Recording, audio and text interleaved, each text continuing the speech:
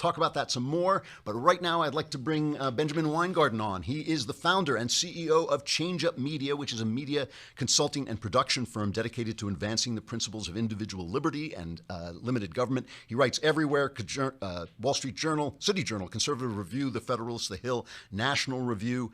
You can find him at BH Weingarten on Twitter, BHWEINGARTEN. Have we got him? Benjamin, how you doing?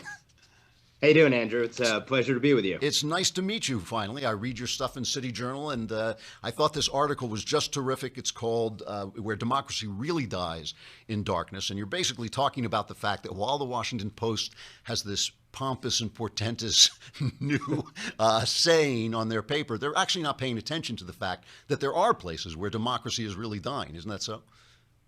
It is amazing. You know, we see that the left is so concerned about this creeping fascism in America. Meanwhile, for the last 8 years, we actually had a creeping regressive philosophy that animated the entire Obama administration and our government. But meanwhile, actually around the world, democracy really is dying in darkness. And the people who are not shining a light on it are the very people who are focused on this phantom fascism creeping into America. And so I bring up 3 recent examples of this that should chill everyone who watches your show and every other show out there, in particular in Turkey, Venezuela, and Hong Kong. And here we see in these instances 2 different types of democracy really dying in darkness. There's the darkness of Islamist, Sharia supremacist fascism, and then you have the leftist variety. And this is happening in real time. We're talking about hundreds of millions of people around the world falling under the iron fist of tyranny, and our press is out to lunch focusing on the latest tweet and,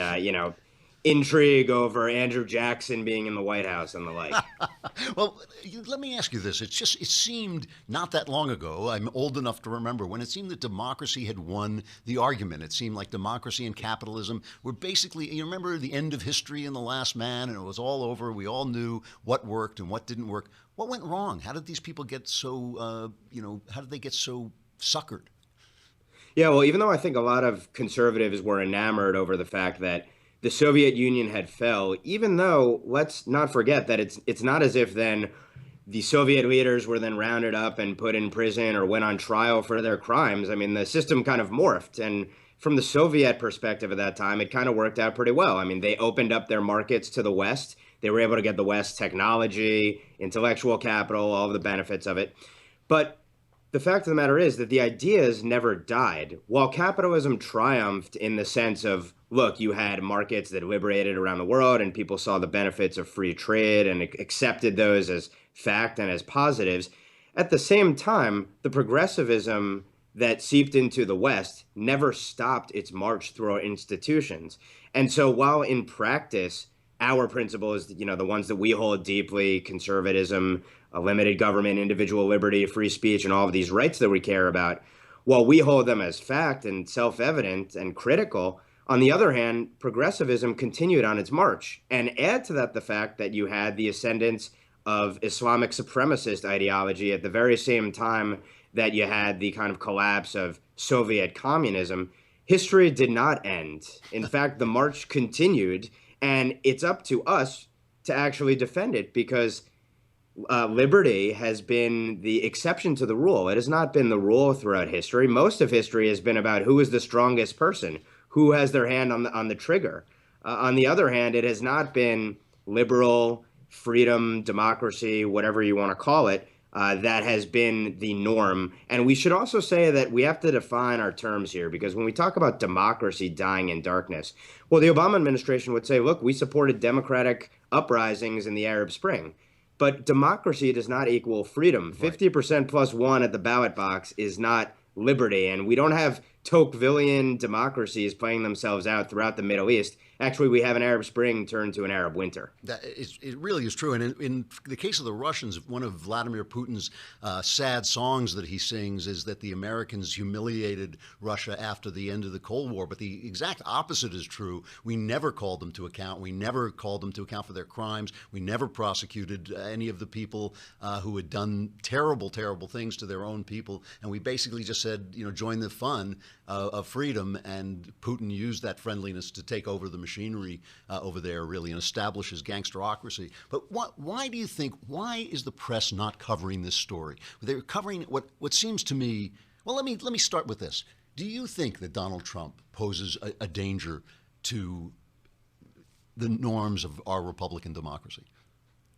I don't think he poses a danger to the norms of our democracy. If you listen to what the America First agenda was, it's actually about reanimating the principles that were inherent to our democracy. And oh, by the way, we have three branches of government where if someone does go off the rails and doesn't stick within the confines of our constitutional order, we have checks and balances that hold them in effect. All of a sudden, the left loves checks and balances, and separation federalism of too. powers. Yeah, federalism. So federalism was not okay for in the Confederate era, but now it's okay for the left, apparently. And of course, they like to tarnish the notion of federalism, where states are laboratories of experiment, by saying that federalism is actually about preserving, again, the Confederacy, but actually, when the federal government does things the left doesn't like, all of a sudden they think that states should have the freedom to innovate and actually represent their populations, because guess what? We really have 50 countries within one big country, in effect. I mean, our states are different in terms of their character, the resources, the people, the history, etc. In any event, though, no, I do not believe he poses a threat. And again, we have an amazing system that was put forth by the founders to keep in check anyone that would threaten that order. I think the greater problem is when you have three branches of government that are out to lunch, right, or that get together and collude to ensure that those checks and balances and that separation of powers does not exist. And I would argue that we had that under the Obama presidency. And under this president, you see the courts completely overstepping their bounds. I would argue. They're setting foreign policy to now. Executive orders, and foreign policy and the like. So why is the press not covering? I mean, this is in our own hemisphere. We have a country going up in flames. The pictures, are just insane. And we have this idea that somehow the problems in the Muslim world are our fault. What is it the press is not thinking? Why won't they cover these stories? Well, the Occam's razor answer, and I think that's always the first place that you should look here, is the fact that it's not a story that casts the left in a positive light. Think about it. When it comes to Venezuela, Venezuela is Bernie Sanders' democratic socialism on steroids. Yep, no kidding. And what has been the results of that? Well, you had a thriving economic superpower endowed with tremendous natural resources, including oil, in our hemisphere. And under first Hugo Chavez and now under Maduro's regime, you've seen the collapse within 15 to 20 years of a great liberal Western democratic nation. What has been the result of socialist policies where you've seen recently nationalized factories controlled by U.S. companies? Well, you've seen rampant hyperinflation. You've seen the essentially minimal food stock for the public beyond the military. You've seen actually in a nation where guns were outlawed, now the regime is actually arming its citizens to point the guns at their fellow citizens on behalf of the regime. I mean, you can't make this stuff up. But this is what happens when you take socialism to its logical conclusion. And ultimately, socialism or progressivism should be rebranded. If conservatives had any idea about marketing and they could learn something from the president on this, progressivism is regressive. Progressivism is not, let's move forward to the 21st, 22nd, 23rd utopic centuries. It's actually, let's go back to the time of kings, where a king can essentially decree that all of your freedom is gone the next day. If we actually got to a place like that, I'd have a lot more confidence in the direction of the country. Unfortunately, because we don't see what's happening in a place like Venezuela, because it's not in the press's interest to print a story showing the logical conclusions of their ideology, what we get instead is what we have today. So this is the last question I want to ask you. You are the founder and CEO of Change Up Media. I'm sure I noticed that you were a Publius Fellow at Claremont Institute, which is a real honor. I suspect you were probably there with my friend Owen Brennan from Madison McQueen, who has a similar company. You're obviously trying to teach people how to sell the principles of individual liberty and limited government and all this. How do we win this argument? Is that too broad a question? How do we begin to win this argument?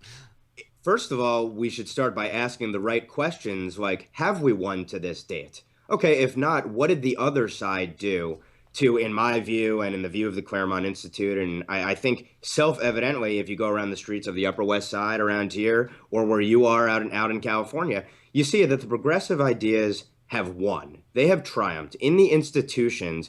How was it that these progressives who were on the fringe of society, many of them these Germanic philosophers, professors who came over 100 years ago and were this cohort of alienated, marginalized folks, intellectuals, how did they triumph? How did they make these ideas sexy enough to win in the war of ideas? And what I would say is that we win two ways. One, we have the truth on our side. And while the other side may argue that there is no such thing as objective truth, fact and fiction and the like, they certainly believe that their truth is the truth. So we can point out their hypocrisies. I don't know that pointing out hypocrisies, though, wins. I think ultimately what has to win is the idea of freedom and liberty.